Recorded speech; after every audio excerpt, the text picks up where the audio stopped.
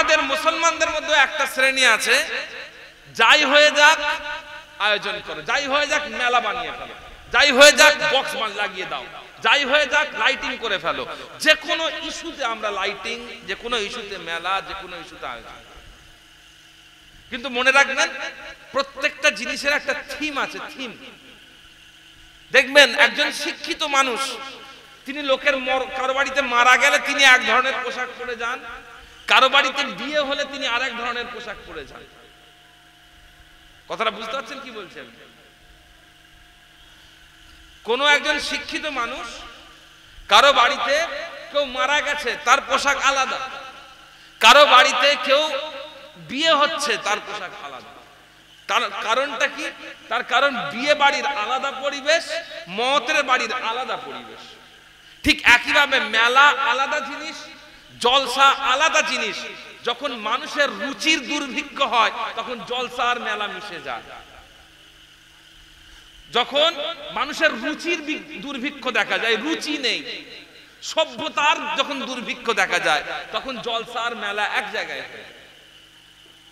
আজকে এই জলসার মাজলিসের উপলক্ষ কি, উদ্দেশ্য কি? উদ্দেশ্য কি? কিছু শেখা, কিছু জানা, তাই না? আর আজকে যদি সেই জলসার দিনে সেখানে গিয়ে আমরা এখানে কিনে আলোচনা করব, হালাল বেঁচে চলো, হালাল হারাম বেঁচে চলো, ছেলে মেয়ে পর্দা পুশিদার মধ্যে থাকো, এই সবই তো আলোচনা। এখানে আমি পর্দার আলোচনা করব আর ওখানে পর্দা জর্দা হয়ে যাবে, তাহলে আপনি বলেন এই আলোচনার কোনো মূল্য আছে? কথা বুঝতে পারছেন আমি কি বলছি? প্যারে হাজিরিন, সেই জন্য আমি আপনাদের সকলকে অনুরোধ করব এই জলসাগুলোকে শেষ করবেন না। আজকে আমি এখানে এসেছি, আমার টাইম ছিল বেলা 10টায়, আমাকে তুলেছে বেলা 11টা। আমি একজন কমিটির লোককে ধরলাম, কেন লেট করছেন, কেন আমাকে আগে তুলে দেন, আমায় আর অন্য জায়গায় যেতে হবে। বলছে ভাইজান মাহফিলের জন্য তাবাররুকের ব্যবস্থা করা হয়েছে, সেগুলো প্যাকেট করা হবে, এইগুলো করা হবে, এইগুলোর জন্য লোক নেই, লোকের বাড়িতে এত আত্মীয়, এত স্বজন, এত হই হই যে বিরিয়ানিটা প্যাকেট করবে এই লোকেরও অভাব আছে, ওইটা করতে করতে লেট হবে বলে টাইমটা পিছানো হচ্ছে। কথা বুঝতে পেরেছেন? এখন আপনার বাড়িতে যদি জামাই এসে যায়, ঈদের পরে জামাই এসছে, সাথে মেয়ে এসছে, চলো তার নাস্তা পানির ব্যবস্থা করো, খাওয়া দাওয়ার ব্যবস্থা করো, মুরগি জবাই করো, এই খাওয়াও সেই খাও। আপনি বলেন জলসার সময়টা কখন? আপনি শুনবেন কখন? আমাদের মূল রোগ যেটা, আমি আজকে এই কথাগুলো কেন বলছি জানেন? তার কারণ হচ্ছে আমাদের পাত্রটা নষ্ট হয়ে গেছে। প্লেটটাই যদি ঠিক না থাকে তার উপরে খানা দিলে খাবেন? যে প্লেটে যে জায়গাতে মানে হাঁসকে খেতে দেয়, মুরগিকে খেতে দেয়, গরুকে খেতে দেয়, সেখানে যদি আপনাকে খেতে দেয় খাবেন আপনি? তার কারণ প্লেটটা ঠিক থাকতে হয়। এখানে প্লেটের রোগ এসে গেছে, প্লেটটাই নষ্ট হয়ে গেছে। জলসাটার সব থেকে বড় রোগ হচ্ছে আমরা এটাকে উৎসব বানিয়ে ফেলেছি। কি বানিয়েছি? উৎসব। তার উৎসবে কি হয়? লোক নতুন নতুন কাপড় পরে, বাড়িতে ভালো মন্দ রান্না হয়, আত্মীয় স্বজনেরা আসে, হইচই করা হয়, সেজে গুজে বেড়ানো হয়, এটা তো উৎসব। আমরা জলসাটাকে উৎসব বানিয়ে ফেলেছি, অথচ জলসা উৎসব ছিল না। জলসা কি? জলসা হচ্ছে আপনার চাল চলন, ওঠা বসা, জীবন যাপন, ইসলাম পালন, ধর্ম পালন, এইগুলো আপনি কিভাবে পালন করবেন তার বিধি বিধান, আদেশ নিষেধ হলো তুলে ধরার জন্যই জলসার মাহফিল। আজকের দিনে আমি যদি এখানে, আপনারা এই জিনিসগুলো কল্পনা করবেন, আজকে আপনাদের জলসা হচ্ছে ক বছর? 10 বছর 20 বছর ধরে জলসা চলছে তো নাকি? যে কত বছর? 47 বছর। 47 বছর ধরে জলসা চলছে। 47 বছর আপনাদের এখানে জলসা চলছে। আমি আপনাকে যদি একটা প্রশ্ন করি যে কুরআন শরীফের 20টা সূরা, যে কোনো সূরা, কুরআন শরীফের 20টা সূরা, যে কোনো সূরা মুখস্থ বলতে হবে। কুরআন শরীফের যে কোনো সূরা, 20টা সূরা মুখস্থ বলতে হবে। কল্পনা করবেন। আমি আপনাকে বলবো যে এখানে দাঁড়িয়ে আপনি কিভাবে নামাজ পড়েন, রাসূলুল্লাহ সাল্লাল্লাহু আলাইহি ওয়াসাল্লাম যেভাবে নামাজ পড়তেন সেই নামাজের পদ্ধতি অনুযায়ী আপনি নামাজ পড়ে দেখান। আপনি এখানে আমাকে বলে দেন অজুর সুন্নাত কটা, অজুর ফরজ কটা, দেখবেন এই জিনিসগুলো ভাববেন, এইগুলো আমাদের ভাবতে হবে। আজকের দিনে এটা নিয়ে সমস্যা কি হচ্ছে, আপনাদের কিছু হচ্ছে না, আপনাদের তো কোনো প্রবলেম হচ্ছে না, আপনাদের কাছে যেখানে হালুয়া রুটি সেখানে আপনারা। প্রবলেম যেটা হচ্ছে সেটা কি জানেন, সেটা হচ্ছে ধীরে ধীরে ধীরে ধীরে আপনাদের মধ্যে থেকে ইসলাম উঠে যাচ্ছে, ইসলাম উঠে যাচ্ছে। আপনি কল্পনাও করতে পারবেন না আপনার কত বড় বড় শত্রু আছে, আপনার কত বড় বড় শত্রু আছে আপনার ঈমানকে ধ্বংস করার। আপনার 2 পয়সা মূল্য নেই, আপনার ঈমানটাকে ধ্বংস করার জন্য কত বড় বড় শত্রু আছে। আপনি এখান থেকে বের হবেন, কলকাতা পর্যন্ত যাবেন, এই কলকাতা পর্যন্ত যেতে গিয়ে আপনার সামনে হাজার একটা জিনিস আছে যেটা আপনার ঈমান ধ্বংস করার জন্য ডাকছে। একটা হারকেনের অ্যাডভার্টাইজ দেখবেন, হারকেনের অ্যাডভার্টাইজ, সেখানেও একটা মেয়ে ছেলের ছবি। একটা মোমবাতির দেখবেন, একটা মোমবাতির বাক্স, একটা মেয়ে ছেলের ছবি। তার কারণটা, তার কারণ হচ্ছে আপনাকে ঈমান থেকে বের করে নিয়ে আসা। রাস্তাঘাটে সুসজ্জিত মদের দোকান, রাস্তার ধারে সুসজ্জিত সিনেমার বিজ্ঞাপন, রাস্তার ধারে লাইনের পর লাইন দিয়ে লটারির দোকান, চারিদিকে এলাকার মোড়ে মোড়ে মোড়ে মোড়ে জুয়ার দোকান। এগুলো কিসের জন্য? আপনার ঈমানকে, আপনার আমলকে ধ্বংস করার জন্য। আপনার জন্য যেটা করণীয় সেটা হচ্ছে কিভাবে, যেভাবে একটা মুরগি তার বাচ্চাকে আগলে ধরে, একটা মুরগি তার ছানাগুলোকে যেভাবে তার দানার তলায় আশ্রয় দেয় যাতে চিল এসে, বেড়াল এসে, কাক এসে, কুকুর এসে তুলে নিয়ে না যেতে পারে, ঠিক একইভাবে আপনার দরকার ছিল ইসলামের ছায়াতলের মধ্যে ঢুকে আসা, যাতে এই সমস্ত হারামগুলো, কুফরিগুলো আপনাকে টেনে নিয়ে গিয়ে জাহান্নামের আস্থা করতে না ফেলে দেয়। কিন্তু করেন না, আফসোস আমরা সেগুলো করি না। আজকে আপনার সন্তানদের দিকে তাকাবেন। আমি আজকে জলসা করছি, আপনাদের শুনতে ভালো লাগলে শুনবেন, না শুনতে ভালো লাগলে উঠে চলে যাবেন, আমার কোনো আপত্তি নেই। কিন্তু যে প্রশ্নগুলো করছি এগুলো আপনি নিজেকে করবেন, নিজেকে জিজ্ঞেস করবেন। আপনার সন্তান, তাকে আপনি শিক্ষিত করছেন, তাকে আপনি স্কুলে ভর্তি করছেন, সেই সন্তান স্কুলে যাওয়ার পর সে যখন স্কুলে প্রতিদিন দাঁড়াচ্ছে, তাকে জনগণ মন অধিনায়ক পড়ানো হচ্ছে, তাকে বন্দে মাতারাম পড়ানো হচ্ছে। স্কুলে যাচ্ছে, প্রেয়ারের নাম করে তাকে দেবী সরস্বতীর সামনে পুজো করানো শেখানো হচ্ছে। স্কুলে যাচ্ছে, সরস্বতী পুজোর দিন পালন করার নামে সেখানে ধুমধাম করে পুজো করা হচ্ছে। আপনার মুসলমানের সন্তান পুজো করা দেখছে এবং সেখানে হাজির থাকছে। কোনদিন আপনি আপনার সন্তানকে ডেকে তাওহীদ কাকে বলে, শিরক কাকে বলে বুঝিয়েছেন? তাওহীদ কাকে বলে আর শিরক কাকে বলে বুঝিয়েছেন? আপনার সন্তানকে স্কুল, পরিবেশ, দেশ সবকিছু নেতাজি সুভাষচন্দ্র শেখাচ্ছে। আপনার দেশ, আপনার সন্তানকে রবীন্দ্রনাথ ঠাকুর শেখাচ্ছে, আপনার সন্তানকে মহাত্মা গান্ধীকে চিনিয়ে দিচ্ছে, আপনার সন্তানকে বি.আর. আম্বেদকরকে চিনিয়ে দিচ্ছে। আপনি কোনোদিন আপনার সন্তানকে ডেকে মুহাম্মদুর রাসূলুল্লাহর সাথে পরিচয় করিয়েছেন? কোনদিন সিদ্দিক আকবরের সাথে পরিচয় করিয়েছেন? ফারুক আজমের সাথে পরিচয় করিয়েছেন? কোনদিন আপনার সন্তানকে আবু হানিফাকে সঙ্গে পরিচয় করিয়েছেন? তাকে আব্দুল কাদের জিলানীকে চিনিয়েছেন? তাকে সুলতান সালাহুদ্দিন আইয়ুবীকে চিনিয়েছেন? চেনেননি? আপনার সন্তান, তার ইতিহাস রাসূলুল্লাহর ইতিহাস থাকছে না, তার ইতিহাস হচ্ছে মহাত্মা গান্ধীর ইতিহাস, তার ইতিহাস হচ্ছে রবীন্দ্রনাথ ঠাকুরের ইতিহাস, তার ইতিহাস হচ্ছে স্বামী বিবেকানন্দের ইতিহাস, অথচ আপনি খোঁজও নেন না। এই বাস্তবতাগুলো চিন্তা করবেন। আজকে আমাদের সামনে মনে রাখবেন, একটা কথা আমি আপনাদেরকে বলে রাখি, আল্লাহ রাব্বুল আলামিন কোরআন মাজিদের মধ্যে বলে দিয়েছেন যে সারা দুনিয়া তোমাদেরকে কাফের বানানোর, হাত্তা তাত্তাবিয়া মিল্লাতাহুম, সারা দুনিয়া তোমাদেরকে অ্যাকসেপ্ট করবে না, পছন্দ করবে না, যতদিন পর্যন্ত না তোমরা তাদের অনুসারী হয়ে যাও। হিন্দু, খ্রিস্টান, ইহুদি, বৌদ্ধ, যেই হোক না কেন, তাদের সকলের টার্গেট হচ্ছে আপনি তাদের মতো হয়ে যান। যতক্ষণ পর্যন্ত না তাদের মতো হচ্ছেন, তারা আপনাকে অ্যাকসেপ্ট করবে না। সবাই সেই চেষ্টার মধ্যে লিপ্ত আছে। আর এদিকে আপনি যদি নিজের যে স্বাতন্ত্রিকতা, নিজের ঈমান, নিজের ইসলাম যদি বজায় না রাখতে পারেন, এটা আপনাকে খেয়ে ফেলবেই। এবং হচ্ছে হচ্ছে একটা জিনিস চিন্তা করবেন, এই মুরব্বিগুলো যারা আজকে মুখে দাঁড়িয়ে রেখেছে, এদের অধিকাংশ জন কিন্তু জওয়ান বেলা থেকে দাঁড়িয়ে রাখছে, জওয়ান বেলা থেকে দাঁড়িয়ে রাখছে। যে মুরব্বিটা আজকে রোজার মাস উপলক্ষে মসজিদে বসে বসে কোরআন শরীফ তেলাওয়াত করছে, সেই মুরব্বি কিন্তু ছোটবেলা থেকেই তেলাওয়াত করছে। একটা সময় ছিল আপনারা কল্পনা করুন, যারা এখানে বড় আছেন কল্পনা করুন, আপনাদের আব্বারা ছোটবেলায় আপনাদেরকে হাত ধরে মক্তবে নিয়ে যেত কোরআন শরীফ পড়াটা শেখা। এখন আপনাদের ছেলেরা যায়, তারা তো সকালবেলা হলে ইংলিশ মিডিয়ামে যায়, না হলে বাড়িতে পড়ে পড়ে ঘুমায়, তাই না? আপনার ছেলে 1 ঘন্টা সময় দিয়ে যায় মাদ্রাসায়, মক্তবে যায়। আপনি আপনার সন্তানকে দুনিয়াতে রেখে যাবেন, আপনি দুনিয়াতে যখন আপনার সন্তানকে রেখে দিয়ে গেলেন, এই সন্তান আপনার জিন্দেগির সবথেকে বড় উপার্জন হলো আপনার সন্তান। আপনি আপনার জিন্দেগিতে তাজমহল বানিয়ে ফেলেন, তাজমহল 2 পয়সা মূল্য নেই যদি আপনার সন্তান উপযুক্ত না হয়।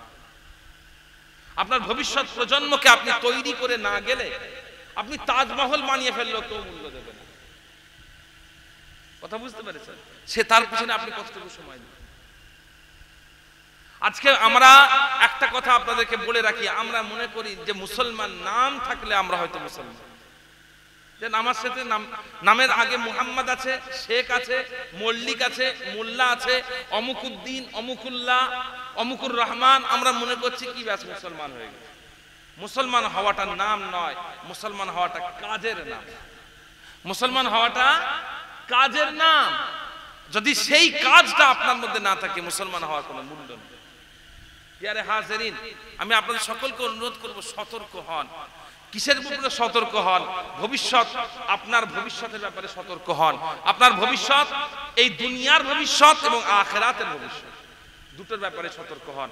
আল্লাহ রাব্বুল আলামিন তৌফিক দান করুন। সকলে বলি আল্লাহুম্মা আমিন। একটু মুহাব্বতের সাথে দরুদ শরীফ পড়েন। আল্লাহুম্মা সাল্লি আলা সাইয়্যিদিনা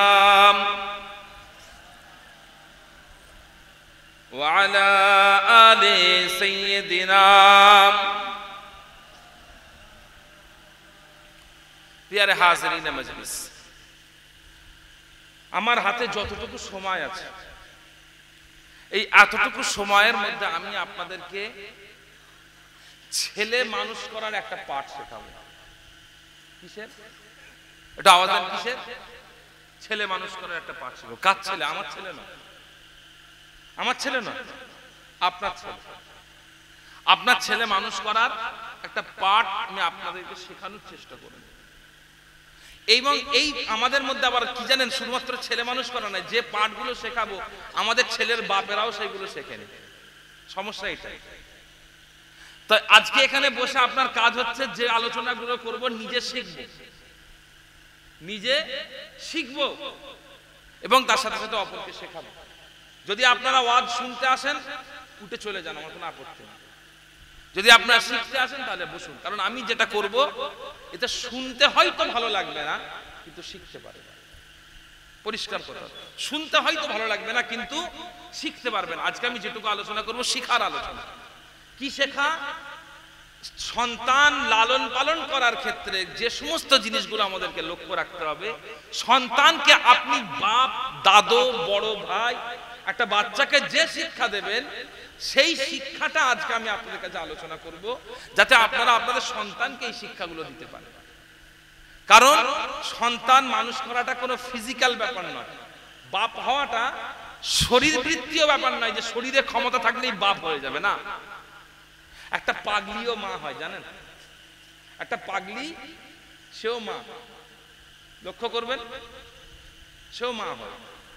তো বাপ হওয়া, মা হওয়াটা কোনো ব্যাপার নয়, ব্যাপার হচ্ছে প্রকৃত পিতামাতা হওয়া। প্রকৃত পিতামাতা হওয়া কেমন পিতামাতা? ওই রকম পিতামাতা হওয়া যে পিতামাতা মারা গেলে সন্তান কবরে তার জন্য দোয়া চায়। আল্লাহ রাসূল সাল্লাল্লাহু আলাইহি ওয়াসাল্লাম বলেছেন যে একজন মানুষ যখন মারা যায়, মারা যাওয়ার পরে তার নেক আমলের রাস্তা বন্ধ হয়ে যায়, সে আর কোনো আমল করতে পারে না। তার গুনাহের রাস্তাও বন্ধ, তার নেকির রাস্তাও বন্ধ। হাদিস শরীফটা কি? তিরমিজি শরীফের মধ্যে আছে। আল্লাহ রাসূল সাল্লাল্লাহু আলাইহি ওয়াসাল্লাম বলছেন, আনিন নবী সাল্লাল্লাহু আলাইহি ওয়াসাল্লাম ইযা মাতাল ইনসানু ইনকাতা আমালুহু ইল্লা মিন সালাসাতিন। আল্লাহর রাসূল আল্লাহর হাবিব হযরত মুহাম্মদ মুস্তাফা আহমদ মুজতাবা সাল্লাল্লাহু আলাইহি ওয়াসাল্লাম ঘোষণা দিয়ে দিলেন, একজন মানুষের যখন ইন্তেকাল হয়ে যায়, একজন মানুষ যখন দুনিয়া ছেড়ে চলে যায়, সেই সময়তে ইনকাতা আমালুহু, তার আমলের রাস্তাটা বন্ধ হয়ে যায়, তার নেকির রাস্তাও বন্ধ হয়, তার গুনাহের রাস্তাও বন্ধ হয়ে যায়, তার নেকিও হয় না, তার আর গুনাহ হয় না। তবে ইল্লা মিন সালাসাতিন, আল্লাহ রাসূল সাল্লাল্লাহু আলাইহি ওয়াসাল্লাম বলে দিলেন, তবে আল্লাহ তাআলা তার নেকির জন্য তিনটে রাস্তা খোলা রেখেছেন। সেই তিনটে রাস্তা কি কি? ইল্লা মিন সাদাকাতিন জারিয়াতিন। প্রথম রাস্তা হলো যে বান্দা যদি দুনিয়াতে বেঁচে থাকা সময়ের মধ্যে কোনো সদকায়ে জারিয়া রেখে যায়, কোনো সদকায়ে জারিয়া করে যেতে পারে, ওই সদকাটা যতদিন জারি থাকবে ততদিন পর্যন্ত ওই মানুষটা মৃত্যুর পরেও, ইন্তেকালের পরেও কবরে শুয়ে শুয়ে সওয়াব পেতে থাকবে। সদকায়ে জারিয়া। এই যে রোজার মাস এসছে, আপনাদের মধ্যে অধিকাংশ জন যাকাত দিয়েছেন, যারা সাহেব নেশাব যাকাত দিয়েছেন তো, যে আবার অনেকে এখনো পর্যন্ত বাকি আছে, অনেকের এখনো পর্যন্ত বাকি আছে। তবে একটা জিনিস মনে রাখবেন, সকলে যাকাত দেবেন। সকলে কি করবেন? কি করবেন? যাকাত দেবেন। বুখারী শরীফের হাদিসের মধ্যে এসেছে, আল্লাহ রাসূল সাল্লাল্লাহু আলাইহি ওয়াসাল্লাম বলেছেন, একজন বান্দা সে সাহেবে নেশাব, তার টাকা পয়সা আছে, যাকাত দেওয়া তার উপরে ফরজ হয়েছে, বান্দা যাকাত দেয়নি, কবরে চলে গেছে, কিয়ামতের ময়দানে ওই বান্দা যখন উঠবে, তার সম্পত্তিটা একটা সাপের রূপ নেবে।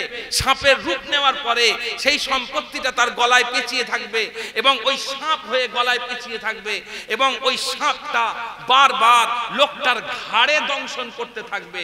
এই অবস্থায় সে আল্লাহর সামনে হাজির হবে। শুনতে পেয়েছেন? সেই জন্য যাদের যাকাত দেওয়া হয়নি, যাকাত কি করবেন? দেবেন। শুধু তাই নয়, আমরা অন্যান্য দান খায়রাত সাদাকাত দিয়ে থাকি। এই সমস্ত সাদাকাত আমরা কি করি? কেউ গরিব মানুষ, তার খাদ্যের জন্য দান করি। কেউ অসহায় মানুষ, তার চিকিৎসার জন্য দান করি। কেউ গরিব মানুষ, তার ঘরের বাড়িতে থাকার জায়গাটার জন্য আমরা দান করি। কোনো মাদ্রাসা, সেখানে গিয়ে আমরা দান করি ছাত্রদের পড়ালেখা শেখার জন্য। এই সমস্ত দান তো আমরা করি। দান দু রকমের হয়, সদকা দু রকমের হয়। একটা সদকা যেটার ফলাফল ইনস্ট্যান্ট কাজে লেগে গেল। একজন অসহায় ব্যক্তি আপনার কাছে আসলেন, এসে বললেন, বাবাজি আমি আজকে 3 দিন খেতে পাইনি, আমাকে কিছু খাবার দেন বা কিছু টাকা দেন, খাবার কিনবো। আপনি সঙ্গে সঙ্গে কি করলেন? তার হাতে 100 টাকা দিলেন। সে 100 টাকা দিয়ে কিছু একটা কিনে আনলো, এনে সে খেলো। এই যে খেয়ে ফেললো, তারপরে কি ওই টাকাটার আর কোনো গুরুত্ব থাকলো? কারণ খেয়ে ফেলেছে। থাকলো? থাকলো না। তবে আপনি যে তাকে দিলেন, এর কারণে আপনি অগণিত সওয়াবের হবে, কম নয়। আল্লাহ রাসূল সাল্লাল্লাহু আলাইহি ওয়াসাল্লামকে জিজ্ঞেস করা হয়েছিল, আইয়ুল ইসলামি খায়রুন, বুখারী শরীফের হাদিস, সবথেকে শ্রেষ্ঠ ইসলামের সবথেকে শ্রেষ্ঠ আমল কোনটা? আল্লাহ রাসূল সাল্লাল্লাহু আলাইহি ওয়াসাল্লাম বলেছিলেন, আত'ইমুত তাআম, মানুষকে খাওয়াও, মানুষকে খাওয়াও। তবে এটা এক ধরনের দান। আরেকটা দান হচ্ছে সাদকায়ে জারিয়া। সেটা কেমন? এলাকায় পানির অভাব, একটা কল বসিয়ে দিলেন। এলাকায় একটা জায়গাতে মানুষের রাস্তার ধারে বাসের জন্য দাঁড়াতে হয়, অটোর জন্য দাঁড়াতে হয়, কিন্তু রোদের কারণে দাঁড়াতে পারছে না, সেখানে আপনি একটা বসার জন্য একটা জায়গা বানিয়ে দিলেন। কথা বুঝতে পেরেছেন? একটা মসজিদ, সেই মসজিদটা, একটা এলাকায় কোনো মসজিদ নেই, মসজিদ থাকলেও মসজিদটা বাড়ানোর জায়গা দরকার আছে, বাড়ানো যাচ্ছে না, কিছু টাকা পয়সা দিলেন, মসজিদটা বাড়লো। মসজিদে পাখার ব্যবস্থা নেই, আপনি 2টো পাখা দিলেন, মসজিদের মুসল্লিরা হাওয়া খাওয়ার ব্যবস্থা হলো। এই সমস্ত দানগুলোকে বলা হয় সাদকায়ে জারিয়া। কি বলা হয়? সাদকায়ে জারিয়া। আল্লাহ রাসূল সাল্লাল্লাহু আলাইহি ওয়াসাল্লাম বললেন, কোন ব্যক্তি ইন্তেকালের পরে ওই যতদিন পর্যন্ত সাদকায়ে জারিয়া কায়েম থাকবে, ততদিন পর্যন্ত সে কবরে শুয়ে শুয়ে সওয়াব পাবে। ঠিক আছে? সাদকায়ে জারিয়া বুঝতে পারলেন? আর কি বললেন আল্লাহ রাসূল সাল্লাল্লাহু আলাইহি ওয়াসাল্লাম? তারপরে বললেন কি? আও ইলমিন ইউনতাফাউ বিহি। আল্লাহ রাসূল, আল্লাহর হাবিব হযরত মুহাম্মদ মুস্তাফা আহমদ মুজতাবা সাল্লাল্লাহু আলাইহি ওয়াসাল্লাম জানিয়ে দিলেন, একজন মানুষ মৃত্যুর পরেও কবরে শুয়ে শুয়ে সওয়াব পাবে, কবরে শুয়ে শুয়ে নেকি অর্জন করবে। এর জন্য আর একটা আমল সে করতে পারে, সেটা হলো আও ইলমিন ইউনতাফাউ বিহি, নিজের জিন্দেগিতে এমন ভাবে ইলমের খেদমত করেছে, ইসলামিক জ্ঞানের এমন খেদমত করেছে, ওই মানুষটা যতদিন পর্যন্ত ওই ইলমের খেদমত করেছে, তার ইলমটা তার কাছ থেকে অপরের কাছে পৌঁছেছে, তার থেকে আরেকজনের কাছে পৌঁছেছে, এর মধ্যে ওই মানুষটা দুনিয়া ছেড়ে চলে গেছে, যতদিন পর্যন্ত ওই ইলমটা মানুষের মাঝে ছড়িয়ে থাকবে, ওই মানুষটা কবরে শুয়ে শুয়ে সেই সওয়াব পাবে। আপনি আজকে লক্ষ্য করেন, আমি একটা হাদিস বলছি যে হাদিসটা তিরমিজিতে আছে, যে হাদিসটা তিরমিজিতে আছে। ইমাম তিরমিজি, আবু ঈসা তিরমিজি রাহমাতুল্লাহি আলাইহি ইন্তেকাল করেছেন কিছু কম বেশি 1200 বছর আগে। এখন তিনি ইন্তেকালের আগে এই হাদিসটা লিখে গেছেন, তার ওসিলায় আমরা জানতে পারলাম। এখন আমরা যতদিন পর্যন্ত ইমাম তিরমিজির কিতাব থেকে হাদিসটা বলবো, এই হাদিসটার জন্য যে সওয়াব, সেই সওয়াব ইমাম তিরমিজি।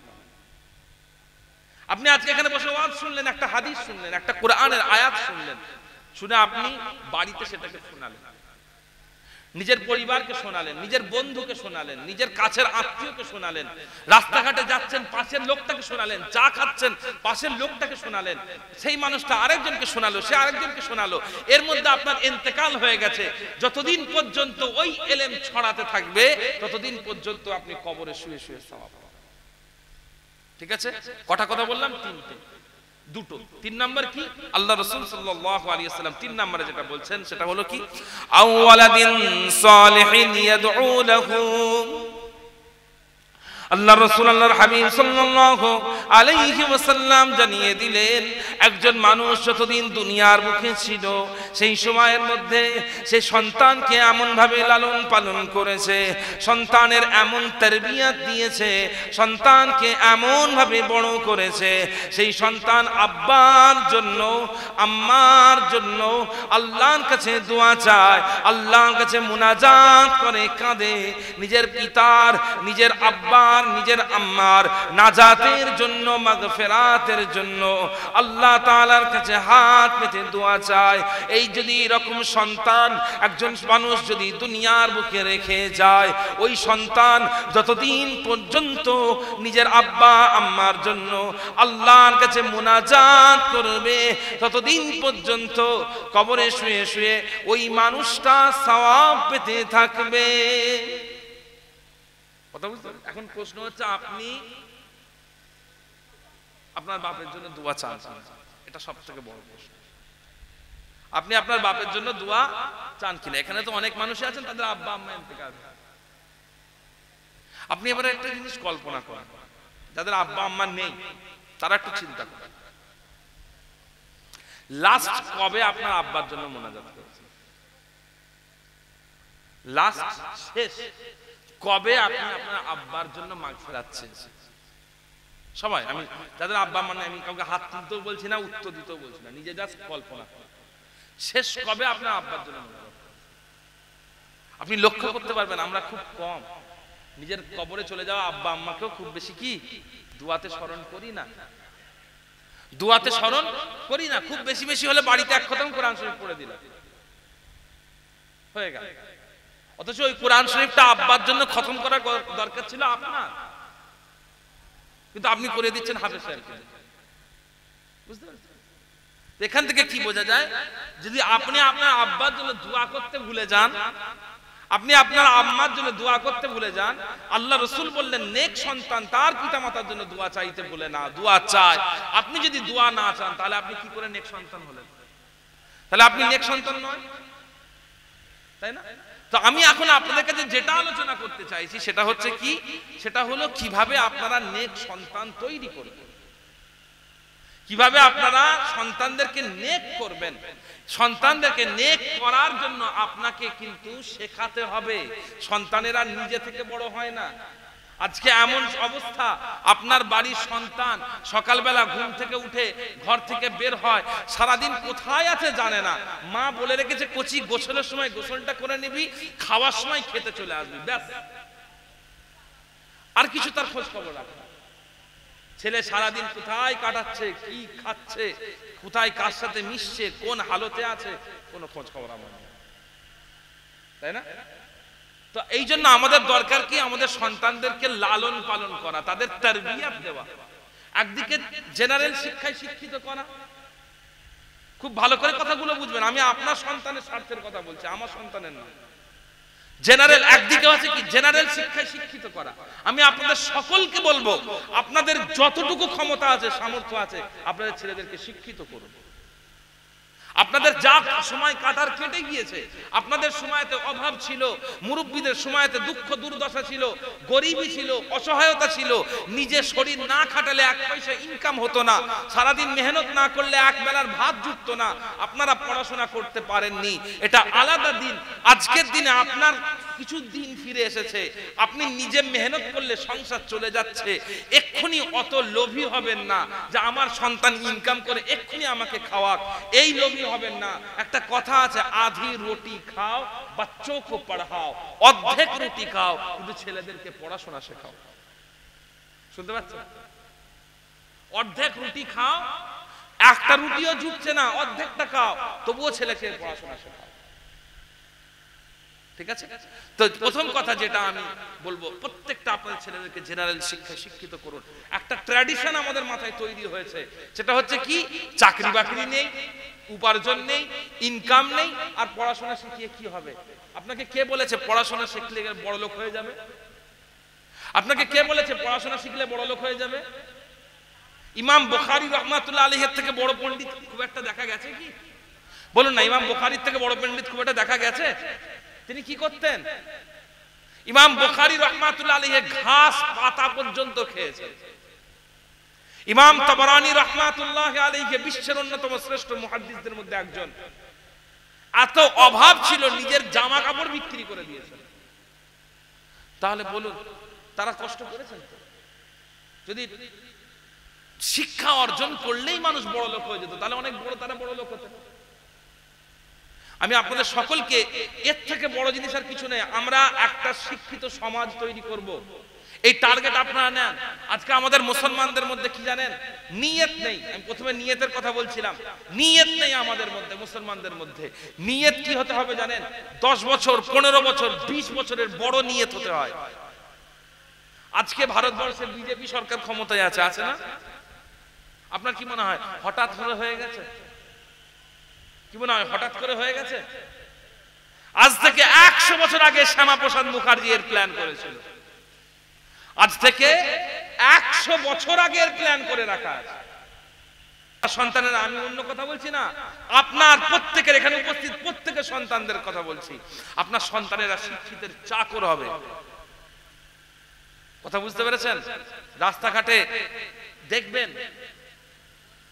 একটা মারোয়ারি, একজন শিখ, একজন জৈন, তারা এক একটা ব্যবসা দাঁড় করাচ্ছে, যে ব্যবসাগুলোতে 20,000 25,000 লোক কাজ করে।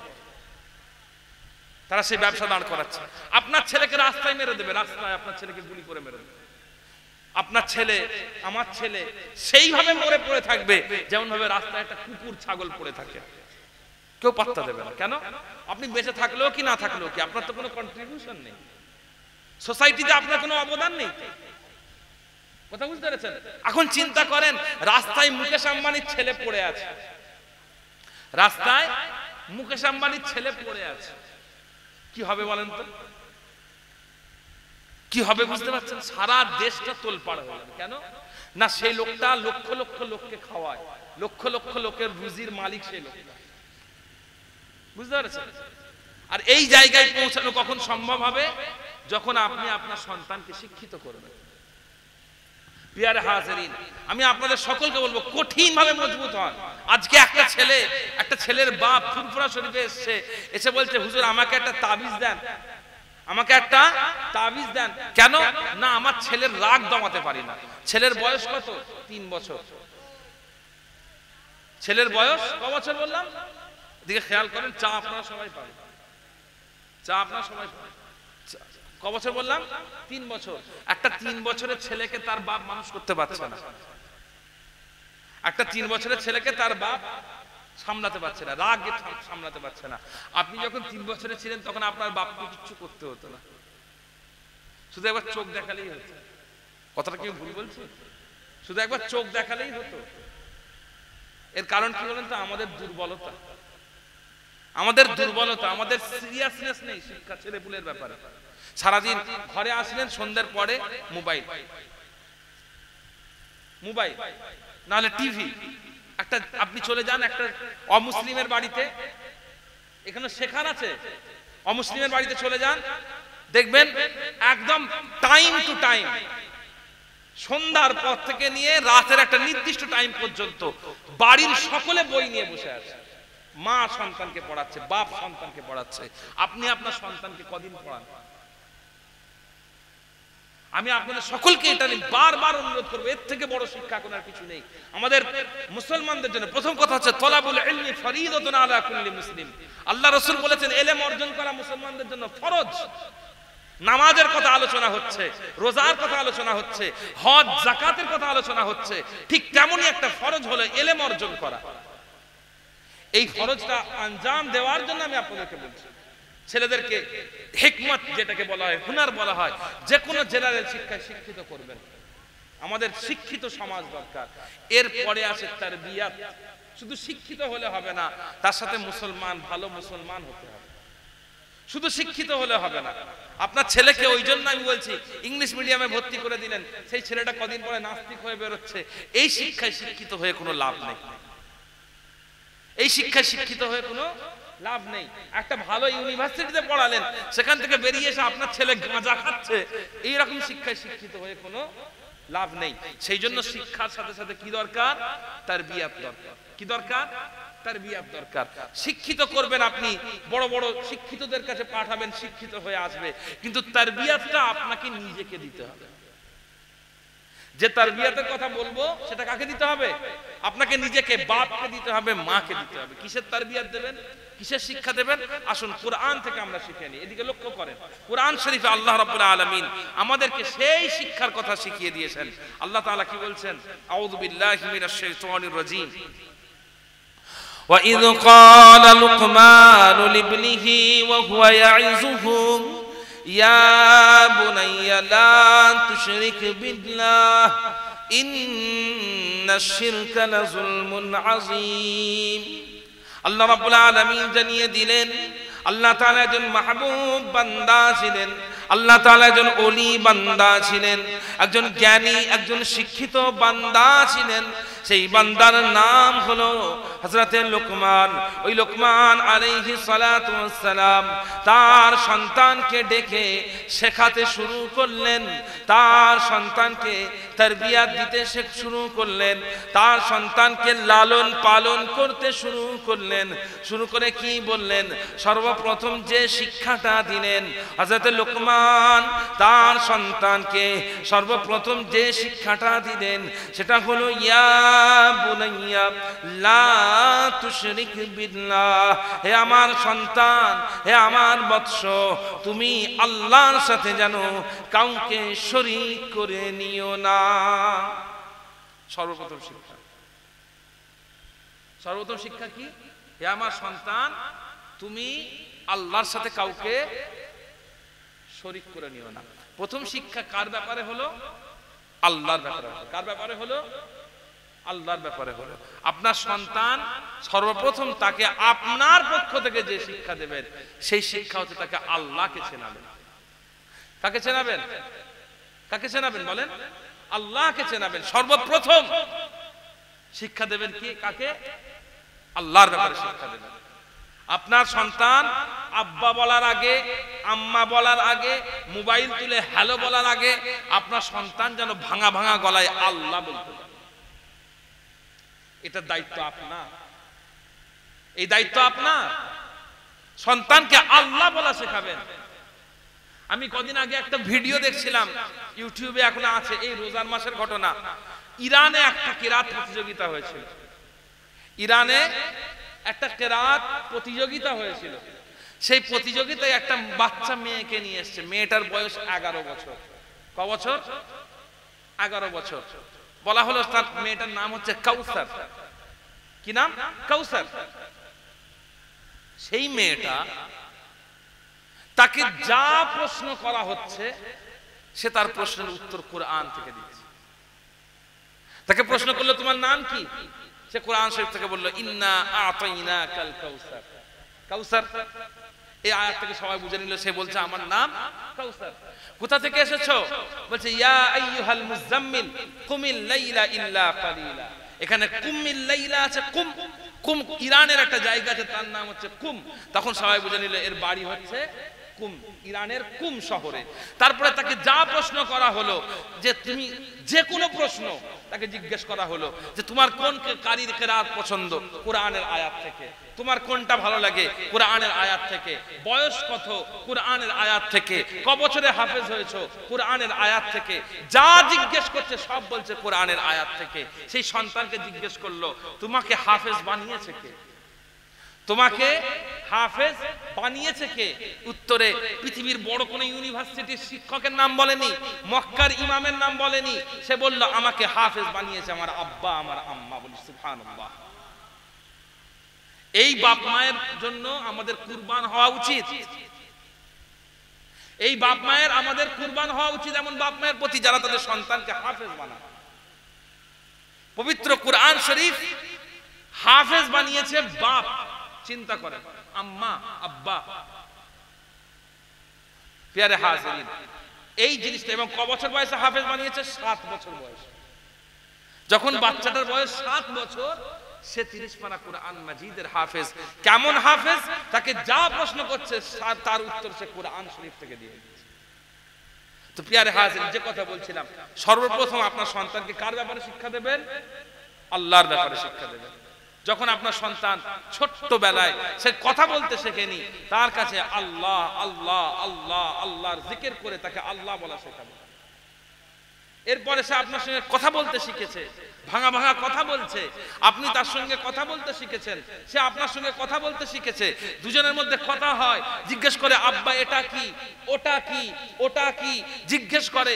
আপনি সেই সময়তে তাকে আল্লাহর সাথে তার রাসূলের সাথে পরিচয় করিয়ে দেন। আল্লাহকে, তার রাসূলকে, এটা ওই সময়তে আপনার সন্তানকে আপনি শিখিয়ে দেন। তার কারণ ওই সময়তে যেন সে কমপক্ষে বলতে পারে আমাকে সৃষ্টি করেছেন আল্লাহ, আমার রাসূল হলেন মুহাম্মদুর রাসূলুল্লাহ। এইটুকু যেন ওই বাচ্চার 3 বছর বয়সে, 4 বছর বয়সে যেন এইটুকু জ্ঞান তার মধ্যে চলে আসে। এটা আপনার দায়িত্ব। এরপরে আপনার সন্তানের বয়স 5 বছর হলো, আপনার সন্তানের বয়স 5 বছর হলো। এই বয়সে আমাদের বাচ্চারা অনেক সুপারম্যানের ভক্ত হয়ে যায়, ব্যাটম্যানের ভক্ত হয়ে যায়, আয়রন ম্যানের ভক্ত হয়ে যায়, বেনটেনের ভক্ত হয়ে যায়, টম অ্যান্ড জেরির ভক্ত হয়ে যায়, হয় না? তার কারণ তার খাতা থেকে শুরু করে, তার পেন থেকে শুরু করে, তার ব্যাগ থেকে শুরু করে, তার পানির বোতল থেকে শুরু করে, তার জুতো, তার গেঞ্জি থেকে শুরু করে, তার ক্যাপ, তার হাত ঘড়ি থেকে, তার চশমা থেকে শুরু করে সব কিছুতে এগুলোকে প্রমোট করা হয়। দেখবেন একটা বাচ্চার জন্য আপনি একটা পানির বোতল কিনবেন, দেখবেন একটা কার্টুন। আমার কথা বুঝতে পারছেন কি বলছেন? একটা কার্টুন। তার জন্য একটা পেন পেন্সিল কিনবেন, কার্টুন। পেন্সিল বক্স কিনবেন, কার্টুন। একটা খাতা কিনবেন, খাতার উপরে কার্টুন। সব কিছু তাকে তার আদর্শ কাকে বানাচ্ছে? তার আদর্শ বানাচ্ছে বেন 10 কে, তার আদর্শ বানাচ্ছে টম অ্যান্ড জেরি কে, তার আদর্শ হয়ে যাচ্ছে মোটু পাতলু। কথাগুলো চিন্তা করবেন। ওই সময়তে কেন না, এগুলোতে সুপার পাওয়ার আছে। ওই সময় আপনার দায়িত্ব কি? আপনার দায়িত্ব হচ্ছে ওই সময়তে রাসূলুল্লাহ সাল্লাল্লাহু আলাইহি ওয়াসাল্লামের বীরত্বের কথা, সাহাবাদের বীরত্বের কথা, তাবেঈদের বীরত্বের কথা, তাদের আখলাকের কথা, তারা কিভাবে বাচ্চাদেরকে ভালোবাসতেন সেই কথা, বাচ্চারা তাদের সঙ্গে কত আদরে থাকতেন সেই কথা। এইগুলো তখন আপনি তাদের কাছে শেখাবেন। এতে কি হবে? তাদের অন্তরের মধ্যে রাসূলুল্লাহর মুহাব্বতের বীজ তাদের অন্তরের মধ্যে তৈরি হয়ে যাবে। ওই বয়সে তাদেরকে শেখায়। এরপরে যখন তাদের বয়স 7 বছর হলো, আল্লাহ রাসূল সাল্লাল্লাহু আলাইহি ওয়াসাল্লাম শিখিয়েছেন মুরু আওলাদাকুম আনিস সালাহ, তোমার সন্তানদেরকে নামাজের ব্যাপারে আদেশ দাও। ইযা বালাগু